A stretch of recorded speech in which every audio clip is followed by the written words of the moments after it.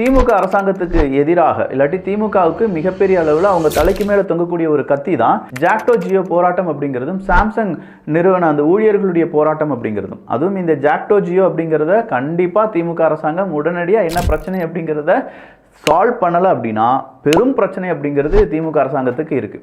March மாதம் budget போடும்போது ஏகப்பட்ட பிரச்சனைகளை திமுக அரசாங்கம் சமாளிக்க வேண்டியதாக இருக்கும். இப்போ இருக்கக்கூடிய திமுக அவங்களுடைய நலத்திட்ட உதவிக்கு அதிக பணத்தை செலுத்தி ஒருவேளை அரசாங்க ஊழியர்களுக்கு சரியான வேலையை அவங்க செய்யலைன்னா இதுவரையிலும் ஆதரவு கொடுத்துட்டு இருந்த அரசாங்க ஊழியர்கள் திமுக அரசாங்க ஊழியர்களுடைய ஆதரவு எப்போதுமே அமோகமாக இருக்கும்.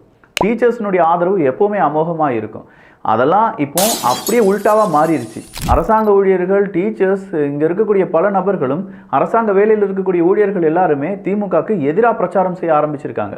அப்போ இந்த ஜாக்டோ ஜியோ போராட்டம்லாம் உள்ளக்க வந்துருச்சுன்னா இன்னும் அது பெரிய ஒரு எதிர்வினையாக மாறி திமுகவுக்கு பெரிய சிக்கலை ஏற்படுத்தும்.